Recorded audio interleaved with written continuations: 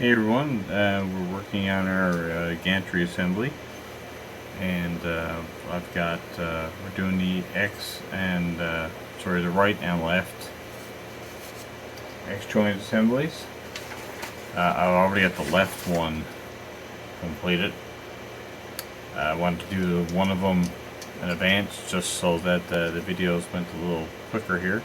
This one was not too difficult.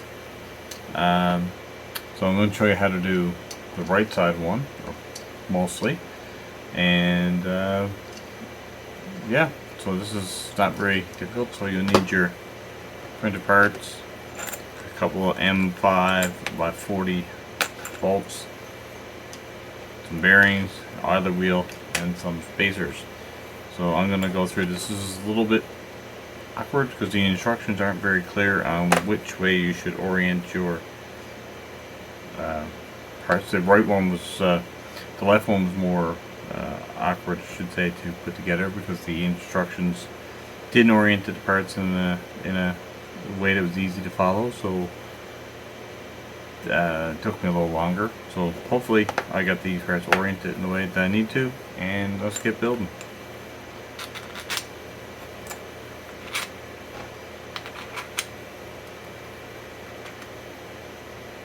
The part of the instructions that's difficult to figure out is once you have your screws in,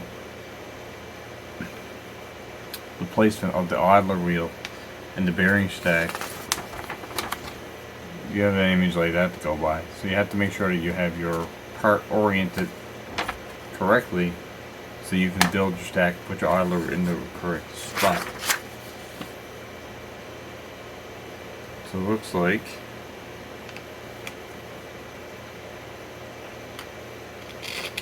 the idler is going to go out here. Also, I noticed when I was assembling, there's one hole on each part that's really big that the head actually fits right through. I'm assuming it's supposed to be like that, but you know, this will be fixed down into the printed part. So we have our idler on.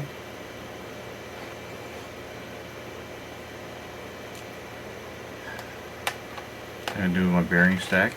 So the bearing stack is made up of M5 spacer,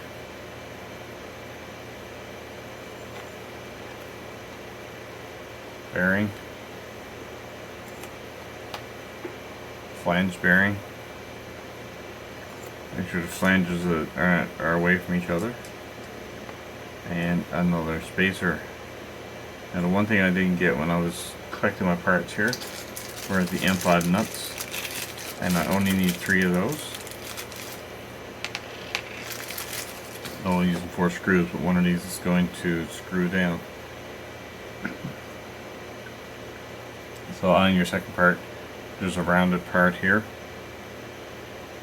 So that should match up with the idler. So I'm going to have the 3 nuts here. So what I do is I try to line up the holes.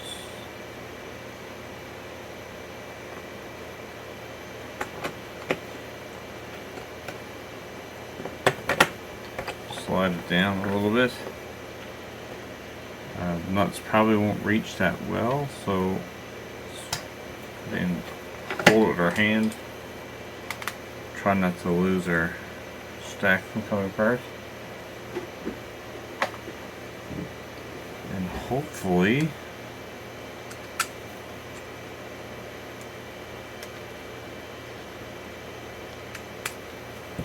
I have this oriented properly. I just want this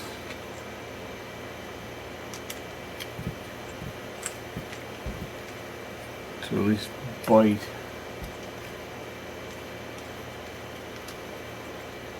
I don't think I'm quite there.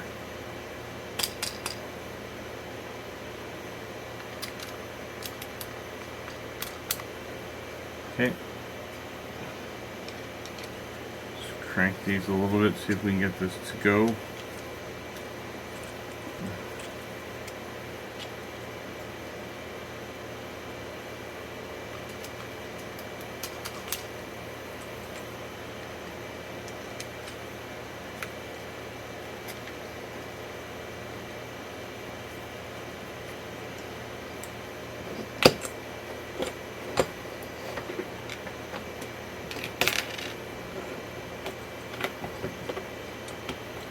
This is some of the trouble that I had before.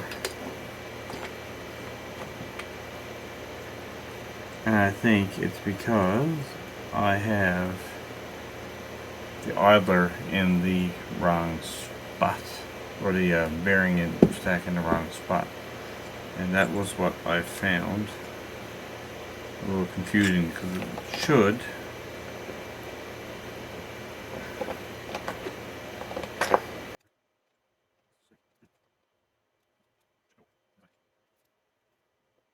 there's a little mistake there on my part. Again, the orientation of the instructions and stuff takes you a little extra time. As long as I can get these parts oriented. So, you know, it's a pretty easy build of parts here.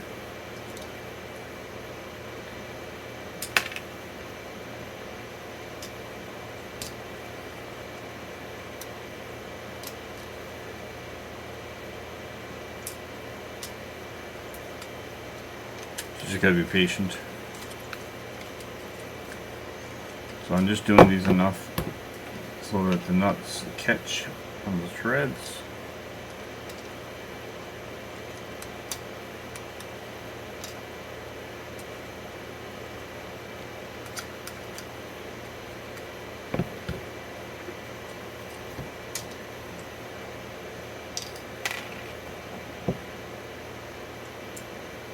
Before I tighten them up. So there's 4 screws, 4 bolts, but only 3 washers. So the idler wheel one is actually just into a hole, and the screw should bite into the plastic.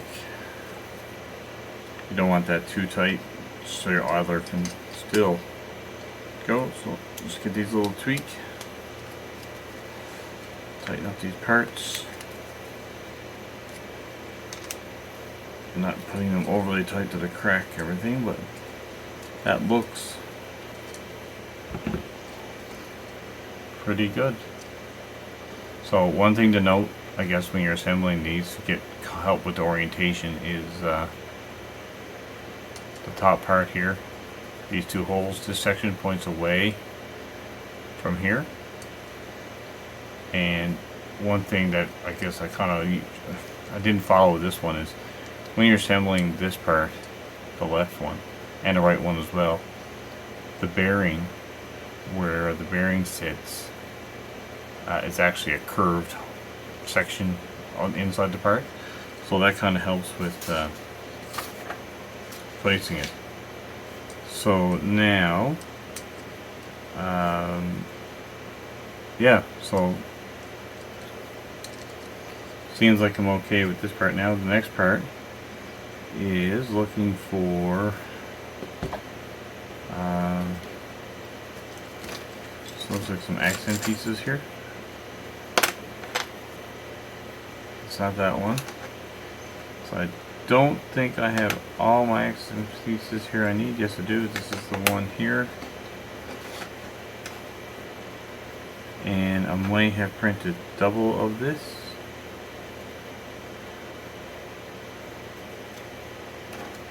Or I am missing a part to print. So I'm going to need to find that. I'm going to need to find my micro switches. So once I get those located, I will have another video, because I need to put some heat inserts. Actually, this may be the part. Yeah, so this part here. So this part here requires 3 heat inserts before it gets mounted, and we need, I got 2 of those. This is the 3-hole version, and there is a 2-hole version. So this is for the cable chains to mount. So I'm going to go with the 3-hole. And this here unit is meant for this part. You need to put on 2 micro switches, but I gotta locate those. I don't recall seeing any micro switches so far in my bag of goodies. So I'm gonna leave it with that, and hopefully in our next update Hi, buddy. Just a little update to throw in here. So, last we left off there, I was showing you that I wasn't sure about micro switches. My kit had to locate them. My kit did not come with micro switches for the XY stop. It did come with this XY stop PCB, and this is for a Hall effect setup. So basically, I'll have to mount this in here. But what this does, this is uses magnets in the gantry to instead of micro switches, so it's contactless homing. There is a little configuration to do. You don't end up actually putting the magnets in until you're more assembled. But I just wanted to throw in here because I was stumbling around a little bit, wondering what parts went where. But my kit came with this PCB for the end stops, so I'll need to mount it up with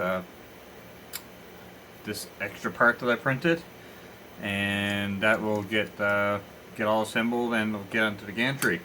I also ended up settling on reviewing my cable chains that came with my kit, and they are the 3-hole type.